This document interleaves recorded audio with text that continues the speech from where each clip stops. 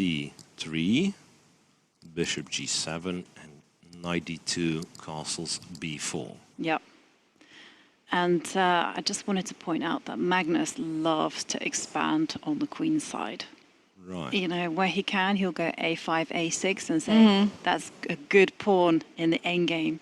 Right, but what's interesting, Jovi, I will probably never understand this, but look at it, like a4, g6, c3, bishop g7, and here, if you wanted to play b4, why don't you play b4, right? Because knight d2, you give black an extra moment where he can play a5. He doesn't play it, I understand, so he castles, but only then b4. So kind of the logic of starting with a4 and only then like c3, knight d2, b4, there must be a reason for this specific moves order. It's just that I'm not familiar with it. And black doesn't care much about the queen side. So what he does in this setup with the bishop on g7 is he prepares f7, f5, right? Mm-hmm. And this definitely seems like preparation. When I look at the clock times now, I see the clock times are different from the ones I've got on my computer screen. Wow. Mainly because I'm not on the live. I'm cheating. I'm using a different site. So, okay, my bad. I've been caught with my hands in the cookie jar. I still hope that, yeah, this position will shape itself up so we can kind of...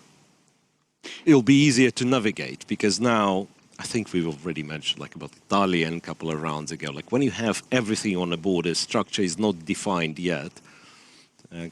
Too many variables, too many different plans, right? So, well, but with the king on h7, is there some signaling going on that f5 is coming? That's what he does, right? I mean, so he moves the king away, and then the knight will go somewhere. I'm just not sure where it goes. It depends on, H5, h5 is the most logical one, but it could be g8, actually, and then transposing it to e7 and supporting f5, but knight h5 is the most I think here logical idea for the knight. You know, almost exclusively knight h5.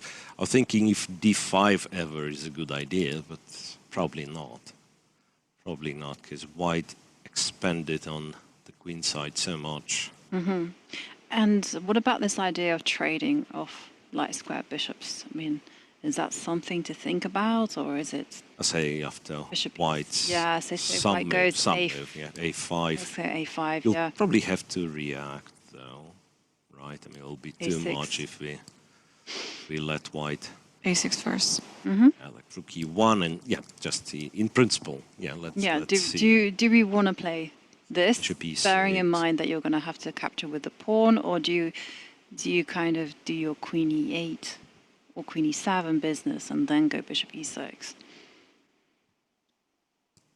It's probably kind of less, less logical, right, compared to the Italian, where you have the bishop on this diagonal and the rook, the semi-open file for the rook. So here we are left with a very passive bishop on g7, right, compared to the Italian game. And also, let's not forget, we've spent some time moving the king away from this diagonal. So logically, I would think it's more about moving the knight indeed, going f5 and saying that bishop on c4 is not doing that much. But yeah, we'll see. Okay. That one looks like it's going to be a long strategical battle, very tense. Let's go down and revisit the game. Sindarov against Hikaru. What do we have? Right. Oh, look at that. My favorite thing. Action on both Opposite sides. castle, yeah.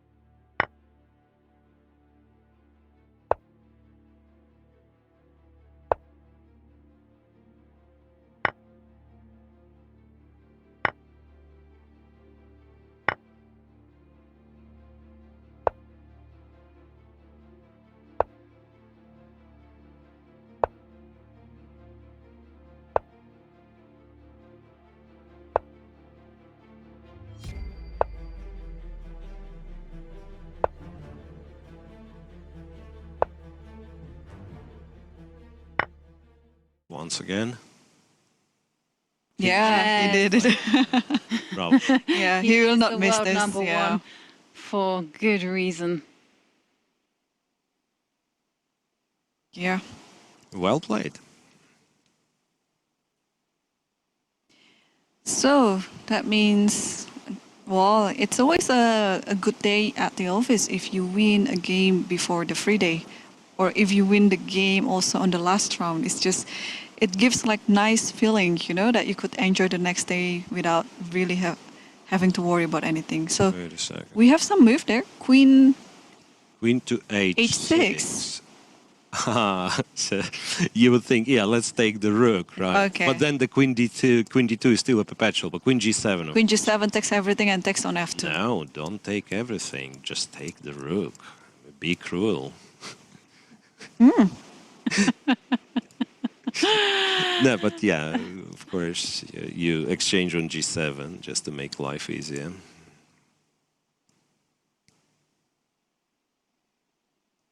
And that's it. Resignation, and Magnus Carlsen wins with the white pieces. Just a very classy game from move 1 until the finish. To find that king to g3 was such a nice touch. And whilst the players are thinking, I think this is the perfect time for us to take our second break. And if you want to grab a tea, a coffee, Or a popcorn. yeah, it is. Popcorn. It is the time to do it now, because